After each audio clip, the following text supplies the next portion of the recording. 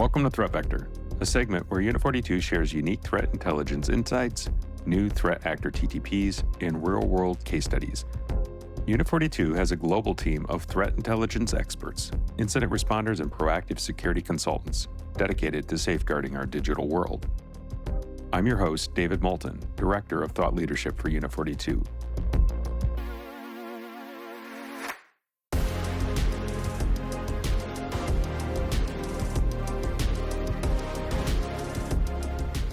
In today's episode, I'm going to speak with John Huebner, an XSIAM consultant for our Cortex team, about finding the needle in the haystack when it comes to threat intelligence feeds.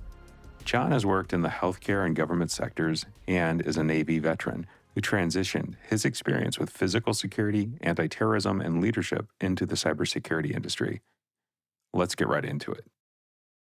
John, thanks for joining me today on Threat Vector. I wanted to talk to you about threat intelligence. First, how can organizations effectively differentiate between valuable threat intelligence feeds and the noise that often accompanies those feeds and makes it hard to find that proverbial needle in a haystack?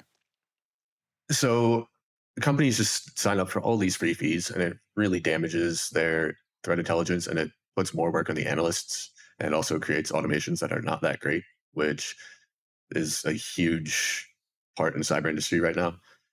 So finding that valuable intelligence feed is so important. Companies need to start looking at where they are, like what are they and what do they do. They need to take their risk assessments, which not that many people do.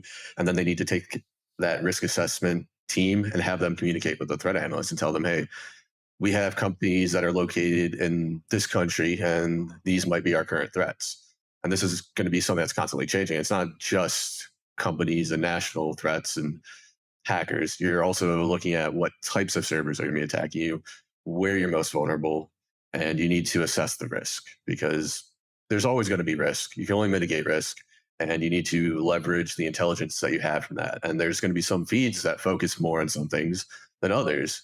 And some of these free feeds will also not be as good. You're going to get more false positives, but some free feeds may do better for some companies. So going back to the question, you really got to work with your risk assessment and figure out how you can leverage that and find the right intelligence.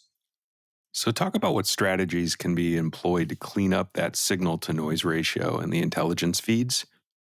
So a lot of companies have all these free feeds coming in, and it's just mass and massive information. And usually when you're ingesting these feeds, you can put a reputation on how trustworthy that verdict will be. Companies need to start working with this, and there's a lot of threat sharing platforms out there now, like MISP. You have a lot of states doing it, an interstate MISP, where one state shares all of their information and IOCs with another state. But some of those aren't going to be valuable. So companies need to go back to those risk assessments that I was just mentioning and really prioritize where it is. And sometimes you may just need to find one feed, one paid good feed, and go with that, and then start basically tuning it from there. Threat intelligence is not just ingesting all this data and saying, oh, here's this data, have fun, good luck. It's more of pulling the data in, tuning it, kind of just like a SIM or some of your other security products. So you need a very active threat intelligence team on there. And you really need to start from the beginning too with, hey, this is our plan. We want to do X, Y, Z, and do it from there. So that would really help clean up a lot of the mess that we're seeing right now. John, talk to me about the risks you've seen from neglecting expired feeds or not tuning intelligence feeds. So some of these companies are having these indicators ingested with no expiration. IPs change, domains change, all these IOCs are changing, and some of these domains can change in less than 24 hours. Some of these IPs are also changing in a couple days, probably, sometimes even hours as well. And if you don't ever expire these indicators, they could be on your whitelist, they could be on your blacklist. Either way, it could just not end well for you because sometimes Microsoft will end up on that blacklist. And if you're running a cloud instance of O365, you're going to start running into trouble and blocking some things that you don't want to block. And even worse, if it's on that whitelist, it might be a very bad day and you're leaving a wide open hole in your organization's security. So think about the context of threat intelligence. What are some of the best practices you see for identifying and prioritizing actionable feeds and indicators?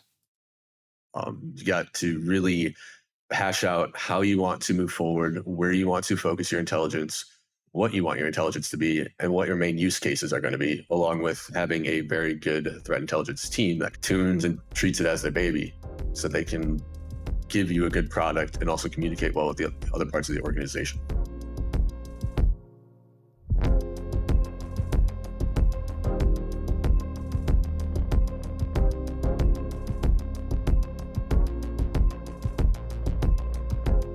John, thanks for taking the time to talk to me about your approaches to optimizing and tuning your threat intel.